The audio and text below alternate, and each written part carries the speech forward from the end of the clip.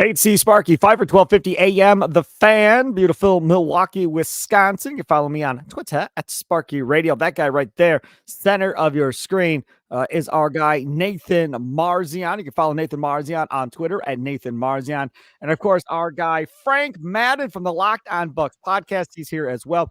You can follow him on Twitter at F Madden NBA. And you know what makes me feel good right off the top before we talk about this Bucks team is that I have no facial hair, but if I did, I would have a gray beard just like Frank Madden right there. Good reason for me not to have a facial hair going on right now. But man, you've been rocking that beard for some time, Frank. Looking good. How are you? Thanks, Sparky. Yeah, I actually grew a beard before I met my wife in like 2012, and I met her, and then I shaved it at one point, and she was like, "You look like a child," and so I had to grow it back, and I've had to continue having facial hair. Basically, I have to keep for the rest of my life because my wife won't respect the way I look otherwise. But yeah, hey, rather talk about that than what the hell we just witnessed, right? Yeah, no doubt about it. Check out Locked On Bucks podcasting with Frank Madden. All right, so Green and Growing podcast here, live streaming this bad boy on the Odyssey Sports YouTube page. You can also download this podcast on your Odyssey app, or if you download your fine podcast app. Bucks lose 113 to 110, and we can obviously talk about this game, but I really want to kind of focus more on the first half necessarily than just this basketball loss to the Memphis Grizzlies. And I'll start. Damian Lillard better start playing like a top 75 player that he was, because he's now playing like a top 75 player currently. And we can sit here and say, well, he'll turn the light switch on in the playoffs, and he very well may turn the light switch on in the playoffs. But right now, Frank, this is not the Damian Lillard that everybody was expecting to see at this point. Even if you're not even doing eye tests, even if you just go look at shooting percentages, you can see that it's not the same Dame Lillard. Yeah, I mean the stat. Nate, were you the one that posted? Somebody posted that Giannis is shooting better from three this month than Dame. It wasn't me. It wasn't me. Which not great. Yeah, I mean, obviously we thought, I think we all thought, okay, I'll have maybe kind of rough start to the year. They're still kind of figuring out, how to play with one another, et cetera, et cetera.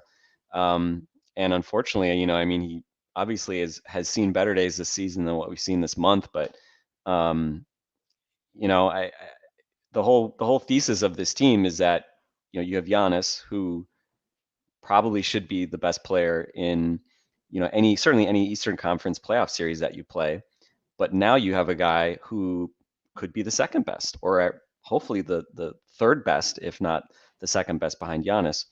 And I mean, we're just not seeing it, right? I mean, if he has one game a week where he looks like the old Dame, you feel good. For a while, obviously he was trending in a better direction, but I don't know what it is. I mean, obviously the injury that kept him out of a couple games, is that bothering him right now? I don't know, but obviously the struggles have preceded that, and there's the personal stuff, right? I mean, he's talked about it. We all know he's going through divorce. He's moved to a new city. He's not around his kids. Hey, that's tough. And occasionally you hear the stuff about, well, I mean, the stuff that really annoys me, like when people talk about, oh, well, hey, Giannis just needs to let him have the ball. Like, just got to let Dame touch the ball more and blah, blah. It's like, no, okay, no. Like, look, I get it. Dame should have the ball. He's the point guard, but he does have the ball most of the time. And I'm not taking the ball out of the guy the one guy who's actually reliable and brings it every night and plays an MVP level every night. I'm not taking the ball away from him just to baby Dame, and because I don't think he's gonna suddenly start shooting 40% from three just because he gets a few more touches or whatever it might be. He's got to figure it out, and I don't know. I mean, the All-Star break, it's going to be awful, I think, as Bucks fans to have to listen. I mean, I'm not listening to any national podcasts over the next week. Like, I don't want to hear what people have to say about the Bucks. I've had to watch too much of this crap over the past few days, right? And over the past couple of weeks. I don't want to hear more people talk about what's wrong with them and what ails them. But, I mean, to me, like, Dame is he's the big question to me right now. There's a lot of questions on this team, but if Dame is this dude, then of course they're not going to win a championship. See, but hopefully there's more to it. Right, but this is the one thing, Nathan, and everybody talking about, oh boy, if they would have had Drew Holiday, this team would be so much better, and da da da da da, because defensively he'd had so much more than Dame Lillard. And you and I just laugh and she's like, come on, man. I mean, this is a top 75 player. Offensively, he's just superior to Drew Holiday. Like you make that trade every day, no matter what happens. Okay, fine.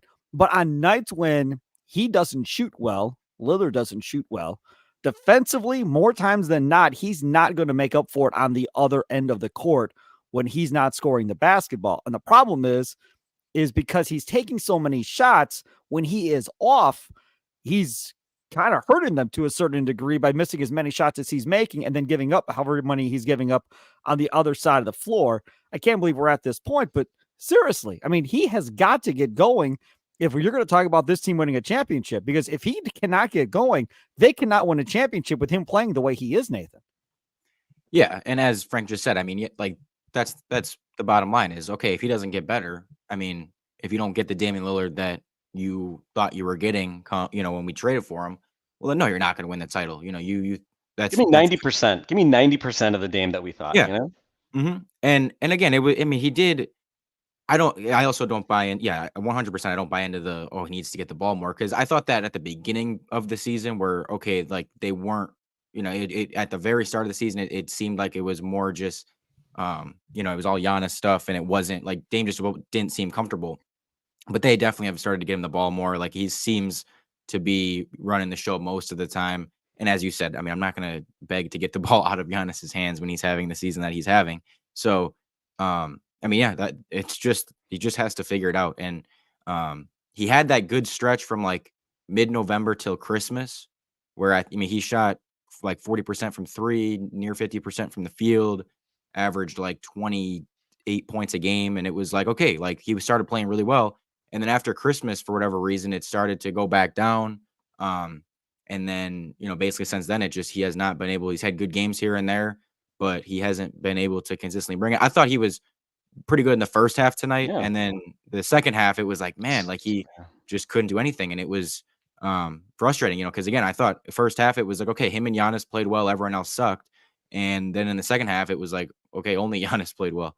So, man, just very frustrating. But as Frank said, and you said, I mean, the bottom line is they're not winning the title unless he gets better, and we're not asking for, and I also don't like when people say, or compare him to what he was in Portland, because he's not going to be that player, because that he wanted to leave that situation where he had to be that player all the time. Now, do we want to see that more often than we're seeing it? Yes. Like we want to see him being able to do that, once every few games where he's putting up 35 points, 40 points. But he left Portland because he didn't want to be in a situation where he was forced to score 30 plus every single night. He wanted to come to a situation where he can average, 25 and be contending for a title because he's got other guys around him. So I'm not expecting him to get to a point where he's doing what he did in Portland, because that's the reason he left Portland, is to not have to do that. But again, the percentages you want to see go up. You want to see a little bit more consistency. You want to see him having some nights where he's really filling it up and getting, 35 plus points. So yeah, I mean, again, he's got to figure out the one thing I will say is, and this is a very positive spin on it, but I have felt like, and maybe I'm wrong on this, but I felt like lately, and tonight I noticed it. His shots seem on, like they're right on line. They're very close, and it's in and out, or it's okay. It was right on line, and it's, just it's close. And I thought earlier on in the season, when he went through some bad stretches, he had more ugly misses. He had more misses where it seemed like he was really off. I felt more lately that he just looks a little bit more comfortable, and he looks, even with his shots, like, okay, that's a good shot. It looked in rhythm. It was right there, and it just barely missed. Like, I don't know. I know that's again a very positive spin, but I just want to see him continue to get more comfortable, and maybe that, as he gets more comfortable, he'll knock things down at a higher rate. But I don't know. Getting some comments coming in here on YouTube, on the Odyssey Sports page on YouTube, streaming this bad boy live with Frank Madden of the Locked Bucks podcast. And this one comes from Bo. Frank, it says, this looks like a lost season. They have no chemistry at all. What do you say to that? NBA seasons are very long. So, I mean, we're past the midway mark. And we've got 30, 20, high 20s, 30 games left maybe. So look, I think the positive spin is this. when the Bucks' best 4 players are on the floor together, they're what, plus 16 net rating? They've got one of the best, top 4 marks in the league. So when their best players play, they're really good. The starting lineup's been great all year. Obviously, you don't have Chris right now. And that's huge. That's bigger than I think anybody realizes right now, Frank. Yeah. Well, I mean, Chris Middleton is good, right, Nate? Yes, he is. The believers are not surprised, but yeah, I don't know. I mean, that's sort of one of the things too with the record. When Griff was fired, I mean, underlying that was easy schedule, luck, in terms of winning a lot of close games, and then really good health too. I mean, they've been remarkably healthy for all of this season. I mean, Chris obviously having the slow ramp up, doesn't show up necessarily in the number of games that he's missed. But I think what we've seen over the past few weeks, your entire payroll is locked up in the top 4 of this roster. So, you basically are just betting on that group dominating, and they more or less have. But I think as we've seen, the bench, the deeper parts of the rotation, I mean, when you start mixing those guys in with, different combination of starters, like things just go downhill really quickly. And I don't, a lot of people have complained, the bench scoring stats, right? Like they're so regularly like crushed in sort of those like bench scoring comparisons with the other team. I think people kind of get too worried about that number. I think the concern to me is that like the defense falls apart because the starters and your best players actually defend pretty well together. But anytime you mix in those other guys, the net ratings just fall off a cliff. And part of that is the offense falling off a bit, but mainly it's just that's where the defense is really, the wheels have really come off. So, and again, like remember when Jay Crowder was out for a long time, and that was like really the one long-term injury, and it was like, oh, well, we really need Jay Crowder back. Well, when Jay Crowder comes back, that's really gonna help the defense. It's like, yeah, that Jay Crowder's not saving anything. And again, maybe he can have a role on this team. But who knows, right? I mean, with this Gallo signing, like, I mean, Gallo doesn't really fill a need to me. But with the way that bench has looked, I'm open to whatever, right? I'm open to anything. And they've played all their cards now, right? Trade deadline is passed. You made the Pat Bev acquisition. Okay, fine, gives you more of a defensive change up, versus campaign, which I think is a reasonable trade-off to make. But no other big trades. You've already made your coaching change. You're not doing that again. And so, this is the group you're stuck with, and you just have to hope they get healthy. And so when I think about, for the rest of this year, man, I really think you got to get things together and try to make a run at keeping either the 2 or 3 seed, because I just don't think you want Boston in the second round. And I think you need to stay healthy. And, is it going to be pretty beyond that? Certainly doesn't look like it's going to be that way. But again, the season is long. Things turn quickly. And I mean, it sucks. Like I would like to have a game in 2 days just to like get this taste out of my mouth. But in terms of like health with Chris and the ankle, and maybe just getting these guys, half of them were already mentally in Cancun tonight. Let them physically go to wherever they're going to go for a week, and again, hopefully come back with a different energy, because obviously this week was sort of the ultimate one step forward, 2 giant steps back with these last 2 losses after arguably your best win of the season against the Nuggets. Whiskey helps get the taste out of your mouth, Frank. I found whiskey is always a cure to that. I'm definitely going out. I'm going out this weekend to get my mind off things, There you go. Okay, so let me ask you guys this. I'll start with Nathan, and then we'll go to Frank. So what role does Gallinari play? If for those of you tuning into the Green and Growing podcast and don't know, it reports out that Gallinari is going to be a member of the Bucks, chose the Bucks according to reports, because Doc Rivers, it sounds like, promised him a pretty strong role within this rotation and with this team kind of going forward. So with that being said, is Gallinari going to play 5? Is he going to play Portis? Going to play 5? He's going to play next to him, because that's kind of the only way how I see this works. Or Brook comes out, he comes in. How is this actually going to look? Because again, defensively, he's nothing to write home about. Obviously, he's on this team to shoot and score. So I'm curious to what you both think about this. Nathan, you go first. Yeah. Like, to me, when I first heard the news, and I was kind of like, okay, he's probably kind of insurance for when, I'm guessing Bobby, plays over him to like, that's their plan is, okay, Bobby's our guy. But when Bobby's going through his bad games and his bad moments, you're not as stuck with him. You're not as like, okay, we have to leave Bobby Portis out there as our backup big because he's the only one we have. So I think he's a guy that can come in and be like Bobby Portis, but not as destructive, not as much of a ball stopper. And so I would expect that he'll have a role, he'll have a role on the team, but I don't know. I don't see it being some, massive role. I think it's more just another bench guy that you're not completely stuck with, the one backup big in Bobby that you can't always trust. Bobby's been very inconsistent, and obviously his lows are very low. So to have a guy that you are able to turn to and say, okay, Bobby doesn't have it tonight, we're throwing Gallinari in there for those 10 minutes instead of Bobby. That's at least something to have. Now, I do wish, really, like, after this move, you really wish that they could have traded Bobby and Pat to get a better defensive player at the deadline. Who would because want Pat Connaughton? Who would Well, want Pat plus Connaughton? Bobby, The G I League know, said we I don't know. want him. Don't send him down to Plus- us. We don't want him Plus anymore. Bobby, plus No. picks. I'm just saying. I know, I understand, but I'm just saying. I wish you could have made a bigger deal involving those two guys, because you have the Pat replacement in AJ Green, and now you have the somewhat Bobby replacement in Danilo Gallinari. So it's like, to have AJ Green, Pat Connaughton, Danilo Gallinari, Bobby Portis just seems very excessive to me when you have holes on this roster and you're kind of have multiple spots now where you have two guys doing kind of the same thing. And so that to me is like it's just not maximizing your roster. It's not maximizing everything that you can have. But whatever. I mean, I guess I can't complain too much. I mean, Gallinari wasn't available until after the deadline was over, so maybe they didn't know they were going to get him, and it was, I don't know, but I don't love it or anything. I just think it's kind of insurance for when Bobby's playing bad.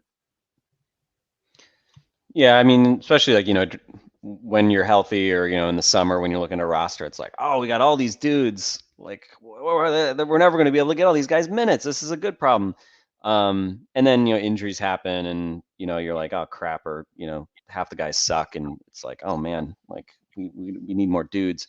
Again, I think the buyout market, you need to manage your expectations carefully. Look at the history of the Bucks, since the kind of the Bud era began. Obviously, they've been a team that has made plays and they've gotten pretty high profile players by buyout standards. Whether it was Marvin Williams, I don't know that Goran Dragic last year counts, but they've gotten some names. And yeah, I mean, typically you don't really get much out of it. Ironically, Javon Carter was not a buyout, but he was the victim of a buyout because he got waived to make way for, I think, Dragic. Actually, I think it was Dragic, right, when he went to the Nets. So so that's been the best sort of buyout market adjacent kind of deal that they've been able to swing. But we'll see. I agree, Nathan. I mean, I haven't followed Gallo closely enough over the last 18 months to tell you that like he can play any minutes at the 3. I don't know that he can, right? I feel like he's probably a 4. Can you play him in Giannis at the 5 minutes? Probably. You can probably do that some. I don't know that he moves as well as even Jay does, but he's taller. So who knows? Maybe he has some random games where he hits some shots and is able to give you something, or when you have some injuries, he's able to fill in. But I think it was probably just kind of a talent play. Are there going to be better, more talented guys that you could have gotten in the buyout market? I don't know, maybe, but it's reasonable to me that you take a swing on him. And ultimately, like, he's a Doc guy, right? He had his best year as a pro with the Clippers, I think in 2018-19, I want to say. And so that to me is the interesting part, because at this point we're still trying to figure out. I mean, other than we know the young guys, non-AJ Green young guys are not Doc dudes. So where are his loyalties? He's continued to play Bobby. He's continued to play Jay, but there's been injuries, so that's kind of been a bit of a caveat on that. So especially when Chris is back, hopefully after the All-Star break, definitely curious to see like what's the shakeout here, because certainly I don't think that all of Bobby, Jay, and Gallinari are all going to have 15 to 25 minute roles. Like the math just doesn't work for that. So we'll see kind of what Doc likes, but certainly at least there's some history there with Gallo that he likes him. And I don't know. I mean, I was looking at his numbers. His numbers have held up reasonably well, but he's also 35. So, as far as like playoff playability, who knows, right? I mean, we saw Jay Crowder go from key deadline deal acquisition to completely MIA in the playoffs very quickly. So I think the best case scenario is you play enough rounds that all these guys are able to have a shot and are able to play a role. But at this point, yeah, I think I'm just sort of a bit curious to see what he still has left, and if he can give them maybe a little bit of juice offensively. Because let's be honest, the Bucks offense suddenly does not look all that great, and part of that's injuries, but certainly since kind of the coaching change, the defense has in many ways looked better than the offense, which obviously was not something we said ever in the first 43 games of the season. Okay, here's one for him. Joshua wants to know, why are we keep playing Pat C and that is from the Odyssey Sports YouTube page. He says Jackson needs to play more. And Beauchamp's not playing at all, obviously. So Marzion, you tend to be more of a Patsy guy than me by a lot. So do explain to me what Patsy is bringing right now, because I'm not seeing it like a lot of others. Oh no, I mean I'm not defending the guy. I've always said that. Okay, I believe in his ability to turn around in the playoffs because he consistently has. But I mean, right now, it does not look good. And it's like at this point, I don't see why he's playing over AJ Green. Like you watch the two of them play, and it's like, to me, AJ Green has earned that spot this season until proven otherwise. And it's bad right now, and it's like. That first half, I mean, he was making some terrible plays. There was the one where they were about to go up 7 on a fast break, and he throws it away, or he tries to throw it ahead, gets picked off, and all of a sudden it's 3 again. And then he had a couple flybys on defense, as he always does. He had a couple other dumb defensive plays. Like, yeah, it has not been good. I don't agree with how many minutes he's getting, in many games this season. So yeah, I mean, I'm not going to defend his play right now.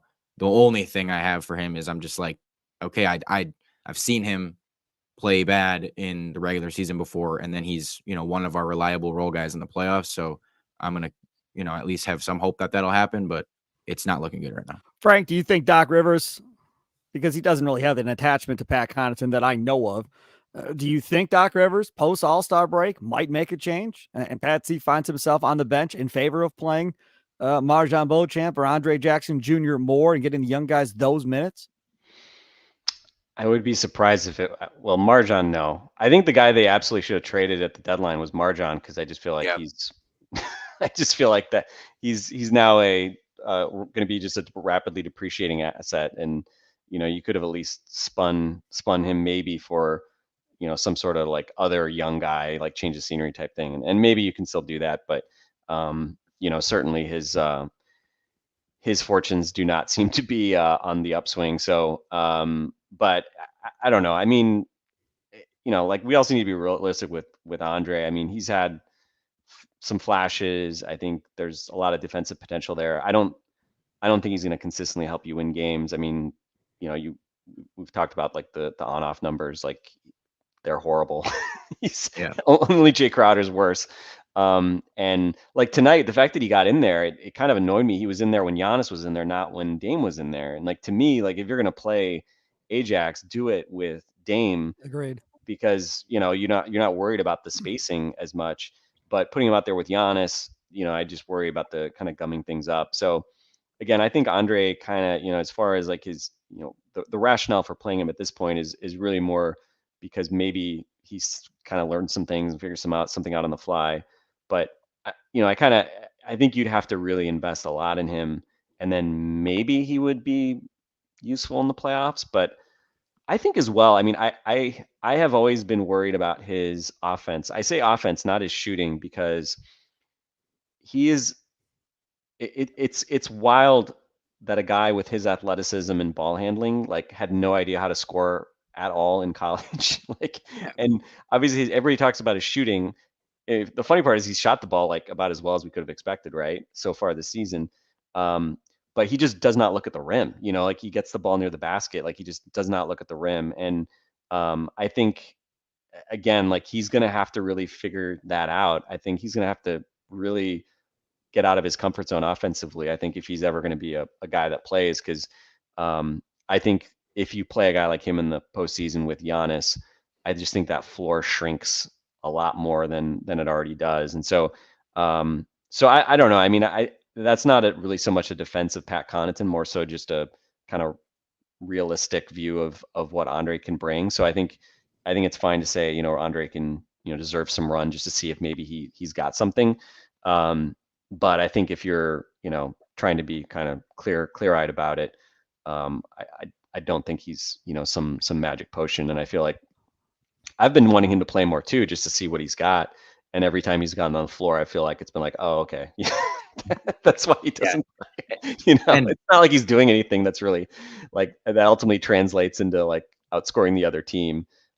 He's had some really nice moments, the Warriors game, et cetera, but it's going to be, I think, a process. And this is the hard part of, young players on teams that need to win. Like, how do you balance that? And again, I know the concerns about Pat, but with Pat, it's more like he just isn't athletic enough anymore to like get shots off. So he just doesn't shoot much anymore. Like he's still shooting good percentages. He's just like, it just seems like he's just lost a step. Who's the better defender, Frank, Jackson or Connaughton at this point? That's a really good question. Because Ajax's defensive metrics are surprisingly bad and he fouls so much. But Pat obviously can't, he can't defend at a high level either anymore, or even a medium level. I would say I would say as an individual defender, Nate, what do you think? Because again, everyone's going to say it's Andre because he's flashier and he's more athletic. Yeah, I know everyone loves the young guys. I just don't know that actually is like translating to actual good defense. I think there's going to be better possessions, but I think like over 30 possessions, is he actually better? That's my concern. And again, I'll take boos from the crowd for even suggesting that someone's worse than Pat Connaughton. Yeah, because I know. I mean, Pat's probably, if you're talking on a 0 to 10 scale, on a 10 being elite defender consistently, like I'd say Pat's like a consistent 3. I was gonna say 4. 3 to 4. Yeah, 4 or 5. He's kind of consistently there, whereas Andre Jackson, like he'll come in sometimes and be, he'll be a 2 because he comes in and just fouls and it's like brutal and he's actually killing you defensively, but he has way more, he has way more moments than Pat where he's a 7 or something, or an 8 where he can actually be a defensive stopper. I guess I'll take that, having the potential, the ability to have moments like that and stretches like that over someone you kind of just know is like, okay, he's not really a good defensive player. But I totally like agree. And I like that you brought that up because, I just know that everyone's, very attracted to the young flashy guys, and they just kind of see it as, oh, they should get more playing time. They bring the energy, they bring the defense, they're going to help this defense. And it's like, but they haven't though. Like, look at the numbers. They haven't helped the defense. And I know that's some of that stuff can be skewed and everything, but it just hasn't been very consistently good with, any of the young guys besides really AJ Green. So I like that you brought that up just to kind of remind people that, yeah, Pat's been bad, but there isn't some clear cut, like, again, besides AJ Green getting those minutes, there hasn't been, like, I don't think Andre Jackson or Marzion Beauchamp, like, I'm not, clamoring for them to be playing a bunch over Pat Connaughton. But like you said, I mean, I do want them to, like, I'm not opposed to them playing more. I want to see them get some run and try to get maybe some rhythm, or just to get a better feel of what they have and what they can bring. But like you said, I don't see them as some magic potion, as something that is just going to all of a sudden turn this team around. One last thing. And I was going to say too, sorry, Sparky. I was going to say too, I mean, and the other problem is, like, when you're bringing Andre off the bench and then he's playing with Bobby Portis and Pat Connaughton and then maybe like one of Dame and Giannis, like, I think he's a guy that has to play with like your best players. Yeah. Like, I think Andre, because he like just isn't going to look at the rim and he doesn't want to shoot the ball, but he is unselfish. I think he has to be like out there with Chris, Dame, Giannis, like all together almost, because that's when kind of like his flaws can be covered the most. I think, bringing him off the bench and putting him in these mixed lineups that have problems even with good players, I think it's really hard for that to be kind of effective. So Yeah, it's just tough. I mean, again, like this is a team that I think is just like really poorly suited to have injuries to any of their top 4 dudes. And again, that's not to say like that's why they've been so disappointing over the last few weeks exclusively, right? Like there's been other things going on, but um, you know, again, they've been healthy for the most part this season, and they need to stay healthy because they just do not have the depth to paper over absences, whether it's Giannis, Chris, or Dame in particular. One last one for both of you, and then we'll wrap up a Green and Growing podcast tonight. If the Bucks lose to the Memphis Grizzlies, who are playing like 4th string dudes, Memphis City Hustle, right? Yeah, right, exactly. Okay, so I wanted to ask you guys both this because this got brought up at the end of the broadcast about, boy, good thing Doc's coaching the All-Star game because he can bond more with Giannis and Lillard at the All-Star game. I'll be honest with you, like if I was Dame Lillard and I'm excited I get to go and whatever, I think I'd rather be home with my kids. Like I don't think I want to go. I think I get a week with my kids versus going and doing this whole thing. I don't know. To me, those 3 being there, I don't think it really is going to accomplish much of anything, to be honest with you, that All-Star weekend, because they're all going to be doing different things, going their own ways, going to different parties and doing that thing. I don't know how much this really improves the outlook for the second half because those guys are all hanging out at All-Star weekend together. We'll start with Frank, and then Frank, you can be on your way, and we'll end it up with Nathan. Go ahead, Frank. Yeah, I don't think they're going to unlock their pick and roll chemistry. Nope. Hanging out at all-star parties in Indiana or whatever. So I'd agree. I mean, I think for guys of this caliber, I think being at the All-Star game is important. Dame and Giannis are great dudes, so this is not a shot at them, but those guys want to be all-stars. They want to be in the spotlight. They have egos. They're top 75 guys. So I think it would be a silver lining if Dame had not made the All-Star game. I'm sure he would have, enjoyed time, at home in Portland with his kids. But his kids will be in Indiana for sure. I will have no doubt that they'll be there. And so he'll hopefully get at least some time with them, even though it's obviously a bit crazy during All-Star week. But look, is something magical going to happen? I don't think so. I think the most important thing that can happen at the All-Star game is Chris Middleton's ankle gets healthy, and everybody else gets a chance to just sort of step away. And we'll see with the kind of limited practice time these teams have had. I don't know if they're gonna. I would hope maybe they're gonna be able to catch a practice when they come back before they have to restart things. Yeah, I think they get 1 practice when they come back, Doc said, and then I think they only have 2 practices the rest of the regular season total. Let's hope that's a hell of a practice, guys. So we'll see. But yeah, I mean, I would agree. I don't think there's anything magical is going to happen. Yeah, I mean, you could argue maybe it'd be better for everybody to get some time away. But that's the burden of being a superstar is you gotta deal with the bright lights of All-Star weekend. No doubt. Frank, thanks so much for coming on, man. Locked on Bucks podcast. Check out Frank Madden there. Of course, follow him on Twitter at FMaddenNBA. Thanks so much, my friend. Real quick. Okay. We're at the low point of the season, and I just want to ask to make sure, Frank, are you going to be at the championship parade? Oh my God. Well, I wasn't able to go to going on. I wasn't able to go to the last one because I went to the game 6. And so I got my championship fill and then had to get on a plane like 4 hours later and go back home to go to work. But so I will definitely be back for, if not the clinching game, wherever that may be. Maybe they do it on the road this year, Nate. So then maybe I won't go. But yeah, I'll just say this: glass half full. The season is long. No, never get too high. Never get too high. Never get too low. At the end of the day, you're on the wrong damn podcast with me if you're talking about not getting too high and getting too low. This is what I do. I have to talk Sparky off the ledge all the time because I'm like, hey, it's a long season. There were plenty of times in 2021 this team did not look good in the regular season. Oh yeah, I did not feel confident going into the playoffs with that team. They weren't special in the regular season. They didn't look that good. But do you know what they both have in common? You two, do what they both have in common. You didn't feel comfortable because you had Mike Budenholzer as this dumb coach who you knew going into the playoffs was figured a way to screw it all up. They overcame him against the Nets. You know what's going to happen this year? Nobody's going to have any confidence in Doc Rivers going into the playoffs, and they're going to have to overcome Doc in the playoffs this year and next year and the year after that. It's going to be the same crap. Now, can this team overcome Doc Rivers? I have serious doubts right now about that.